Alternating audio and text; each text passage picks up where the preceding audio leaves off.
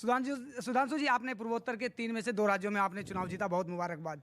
लेकिन ये बताइए, लोकतंत्र का भी जिक्र हो रहा है, ये बताइए कि अगर सत्ता का बनना या सत्ता का बिगड़ना, इसका मतलब लोकतंत्र का बनना या लोकतंत्र का बिगड़ना वो आम लोगों के वोटों के अधिकार से जुड़ा हो, हमारे आपके वोटों के अधिकार से जुड़ा हो। लेकिन इसके बाद, क्योंकि मध्य प्रदेश में 20 साल चुनाव होने हैं, लेकिन इसके बाद सत्ता का परिवर्तन अगर डर के आधार पर हो जाए, सत्ता का परिवर्तन अगर धमकी के आधार पर हो जाए, नोट के आधार पर हो जाए, सांसदों और विधायकों के खरीद फरोख्त के आधार पर हो जाए, तो ऐसे में लोकतंत्र कहाँ है?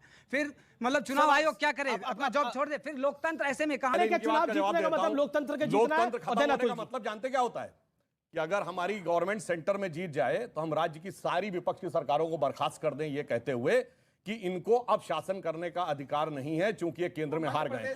देखिए, इन्होंने भी कहा कि राहुल गांधी जी की यात्रा का वर्णन किया, मगर इंग्लैंड में उनको देख के मुझे एक बात तो समझ में आ गई। वो कहते थे ना यहाँ कि सर्दी है थोड़ी, आप डर रहे हो इसलिए टी शर्ट पहनते थे, और वहां सूट बूट टाई में जाके पहुंच गया, मतलब वहां डर लगने लगा, वहां सर्दी लगने लगी।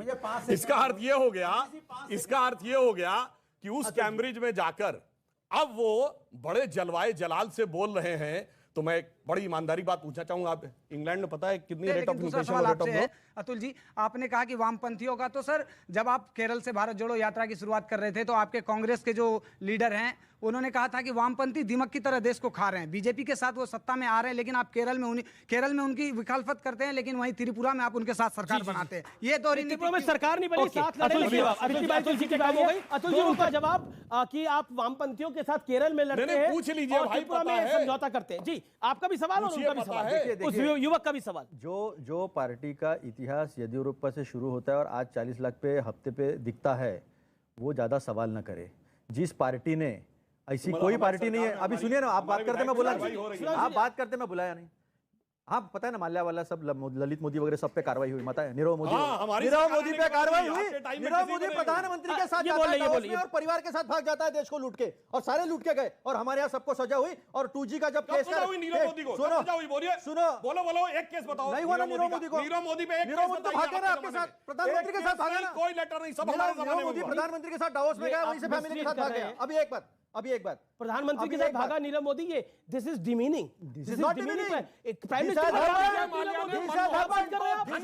चिट्ठी लिखी प्रधानमंत्री के साथ delegation, he was with Narendra Modi, प्रधानमंत्री के साथ Modi ji was a prime minister and he did not come back। Congress के थे। सुनो, मैं बोलूं एक सेकंड, आप उसकी बात का जवाब। इन्होंने अटल बिहारी वाजपेयी से लेकर सबको नकार दिया कि वो बीजेपी के नहीं थे। जनता पार्टी पूरे देश को मालूम है।